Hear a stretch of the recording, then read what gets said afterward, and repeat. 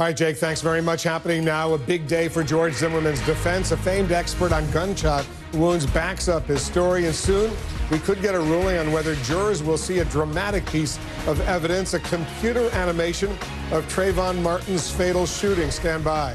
Plus, we're also standing by for new information from federal investigators about the Asiana airline crash and the interview with the pilot behind the controls during the disastrous landing. They've just completed that interview. And he might have been president of France until he was accused of sexual assault 2 years ago in a New York City hotel. Now Dominique Strauss-Kahn is talking exclusively to CNN about the allegations and his deep, deep anger at the way he was treated by the New York City police. I'm Wolf Blitzer. You're in the Situation Room.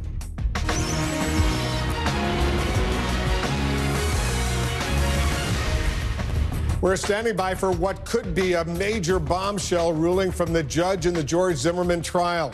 She's deciding whether to allow jurors to see a computer animation of Zimmerman shooting Trayvon Martin the way Zimmerman says it happened. It could be a very powerful piece of evidence for the defense if it is allowed to be played in court before those 6 jurors. That's why the prosecution is objecting.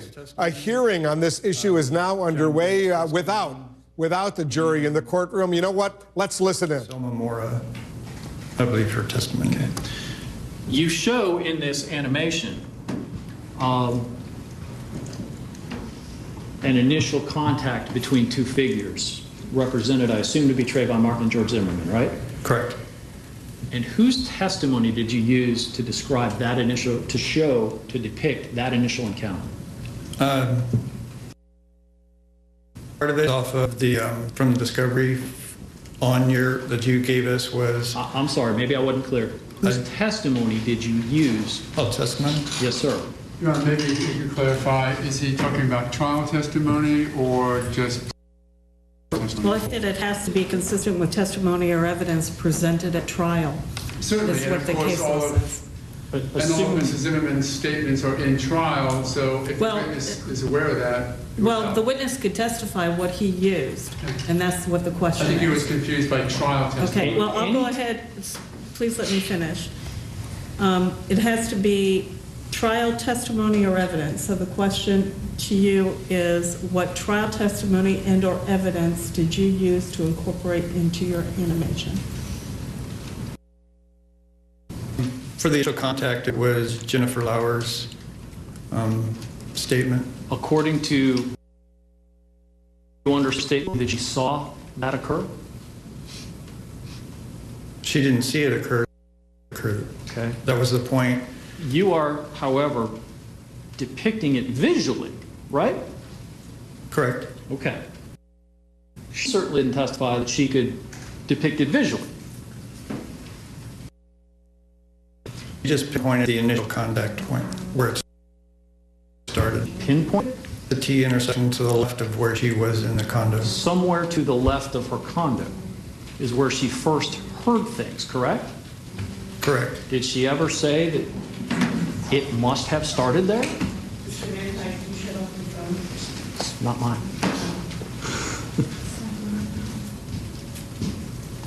Mine's here. Are you in your pocket?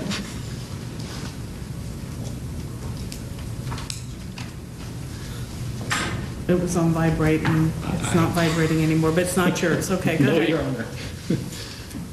Oh, I'm sorry.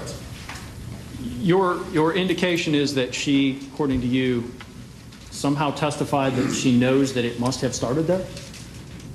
I have a question. If you want a clarification, you can ask Mr. Manti what you want clarified. So for evidence, which the judge was asking, does that include police? No, sir, I want you to assume that anytime I'm asking you about actual evidence or testimony, I mean something that has gone on in this courtroom during trial, okay? Okay. What someone said outside of court, for right now, I want you to assume that that is not evidence, okay? Your Honor, that's what I was trying to clear up earlier. It may not be asked to Ms. Lauer, but the witnesses got to identify, you got to understand what's in trial. And Okay, I will explain that to him, but I don't want you, by your objection. by your objection, trying to infer to this witness how he should answer. Exactly. So, it would be anything heard by the jury in this courtroom, either heard or seen, by way of testimony or evidence introduced. That's what he means Well, by a trial. I'm not sure what that is because I was not allowed to watch the trial, so. Well, then that's your answer. Okay. So then if I were to ask you, does this animation accurately show what has been testified to in this trial, is your answer you don't know?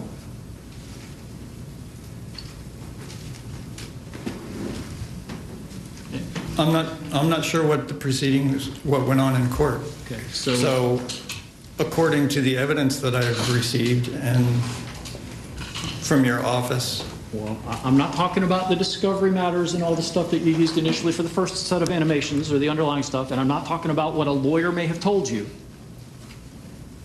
If I were to ask you, does this animation accurately show what has been testified to in evidence in this courtroom, is your answer you don't know? And again, I'm not... that would be yes. Your answer is... If it's not in my consultations with the attorneys, it would have changed. So it's been adjusted to testimony in court. None of which you have heard or observed yourself.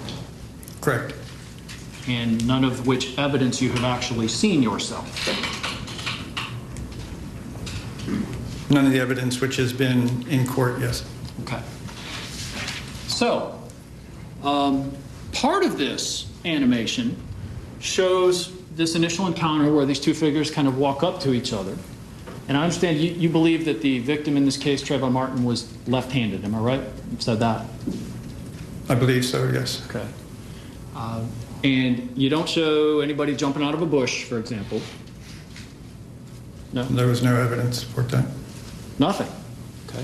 And you don't show just running out of darkness or running out of the darkness. It's just these two people kind of walk up to each other and stand face to face for a while, right?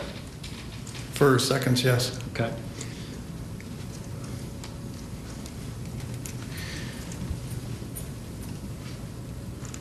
The animation also, you do show and plot the location of various items, cell phones, flashlights, sprinkler boxes, right? Correct. And sprinkler heads. Yes. Right? A couple trees. Yes. Right. And that's sort of in almost a 40-foot swath along that sloped ground that you've described, right? Correct. Okay. However, the image I saw kind of just takes a big white arrow from the point of that initial walk-up encounter and zooms to a place 40 feet away where essentially we then start to show the two figures bound up together, right? Correct. And the reason for that is Is when because they get teleported or what? that shows of Mr. Martin and Mr. Zimmerman consistent with witness testimony or witness reports, police reports, and with the trail of evidence going down that direction. Okay. The trail of evidence, you'd agree with me, is just a trail. It by itself doesn't have a direction, right? In other words, whether it's going left to right or right to left as you're looking at it, the place where things are found doesn't independently have a direction until you start bringing in what other people have said about how it happened, right? Correct. Okay. The reason for the arrow is moving from the one witnessed event down to the next witnessed event. Okay. I didn't add anything in between there in terms of movements of the figures. Because the animation cannot show it because you have no idea how it actually happened, right? Correct. Okay. Now, when we get to where the figures again reemerge, you have a figure that you show to be, I guess, represented to be witness John Good, right? Correct. How tall is John Good? 6 foot. And you know this how? I was given that information from the attorneys. Okay, so again, not from anything that came out in court, but from the attorneys? Yes, you got it from Mr. Good. Okay. And where was he standing?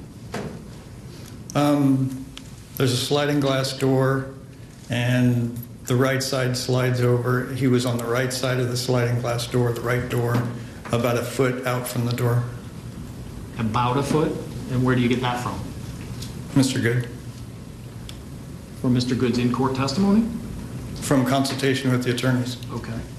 And as far as where on the patio he's standing, did you just pick a spot where you put the figure? It's just straight out from the door, 1 foot. So you don't know whether he stood to the left of the door, to the right of the door, straight out from the door, or just pick I didn't pick it. That's where he said he was standing. where he said he was standing when he was here in court? Through consultation with the attorney. Okay. Was that before court? I'm not sure when it You have was. no idea.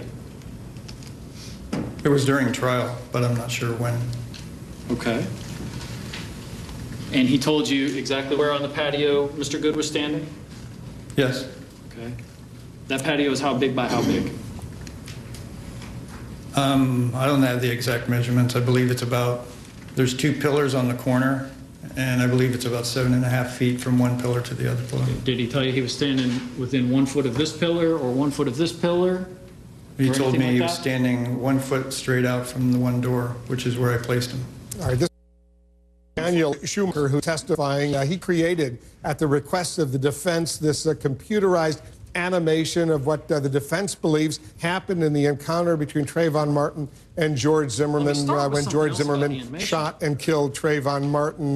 Rich Manti, the prosecutor, is questioning him. This is very, very important. The judge has to decide whether or not this animation, which is a lot of still photos, basically will be allowed to be shown to the jurors. The jurors are not in the courtroom right now, but this could potentially swing those jurors if, in fact, they're allowed to see the video, the still photos of what was created by Daniel Schumacher. So this is a very, very critical moment in this trial right now. The judge, Deborah Nelson, has allowed the jurors to leave for the day, but she's continuing this hearing. At stake is potentially what a lot of legal experts say is a game changer if, in fact, this animation is allowed to be used and shown to the jury. 6 women in that jury, 5 of them mothers. All right, we're going to continue to watch what's going on. Also coming up, a famed expert on gunshot wounds backs up key parts of George Zimmerman's story, but does he also undermine the